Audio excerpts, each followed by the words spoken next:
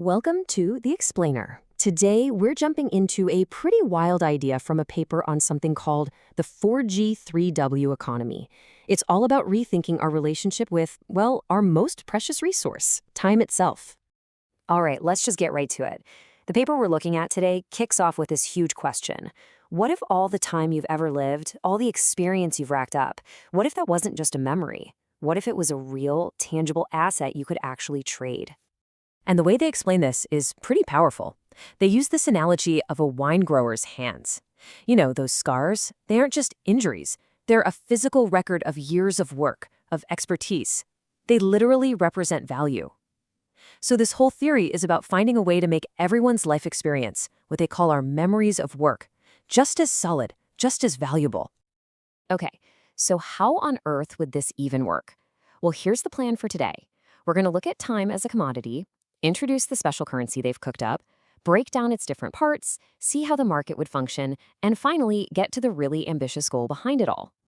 All right, let's start at the beginning. Section 1, time as a commodity. I mean, how do you even begin to take something as abstract as time and make it the bedrock of an entire economy? So the core idea here is a total shift in how we think. The paper asks us to stop seeing time as something that just disappears, something we spend or lose. Instead, we're supposed to see it as the primary raw material for economic value. Think about that. Every single moment you've lived could be a potential unit of capital. And there's a fancy name for this process, of course. They call it monetary data valuation. You can think of this as the engine that makes the whole thing run. It's the technical term for taking the value of your past, your experience, and literally embedding it into money. It's how those scars on the hand we talked about become an official tradable asset. Okay, so if time is the raw material, you need a currency to trade it, right? And for that, the paper proposes a totally new kind of digital dollar. Meet the US dollar, or USUSS. It's basically a dynamic, digital version of the US dollar, but with one huge difference. It has a built-in time counter. This is the thing that's created from that monetary data valuation process. And here's the kicker. The paper says you can swap it back to regular US dollars whenever you want, with no fees or losses. That's a pretty big deal. Now, you might be thinking, okay, so it's another crypto. But the source is really clear on this. It's not. They frame it as something totally different. See, cryptocurrencies are often about decentralization. The US dollar, on the other hand, is designed as an alternative that's based on valuing time, it's anchored to a central system, and its big goal is to create global stability, sort of as a solution before things like CBDCs or other cryptos really take over.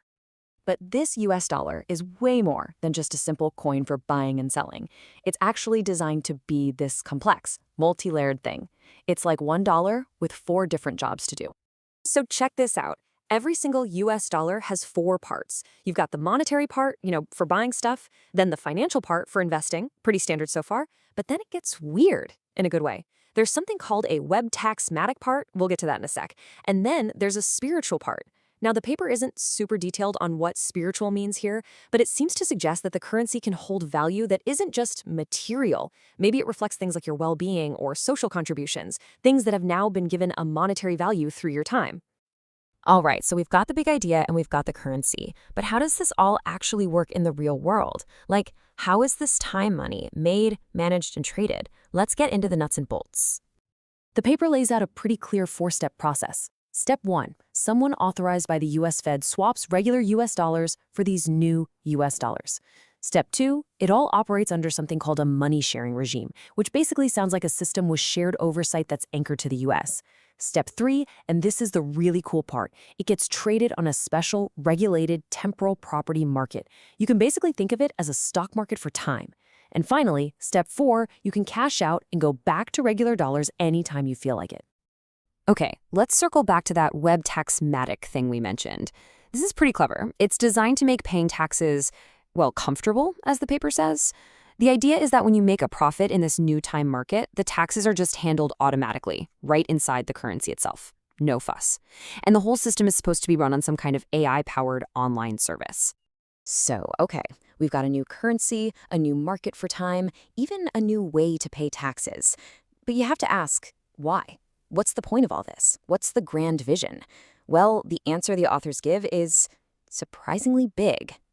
The ultimate goal? It's peace and well-being for everyone. I know it sounds huge, but the core logic in the paper is this. If you could create a system that truly and fairly values every single person's life experience, their time, then you could start to chip away at the economic inequality and the resentment that so often leads to conflict. It's a vision for a more stable, a more equitable world, all built on this new idea of value. And that's really the big, provocative idea we're left with.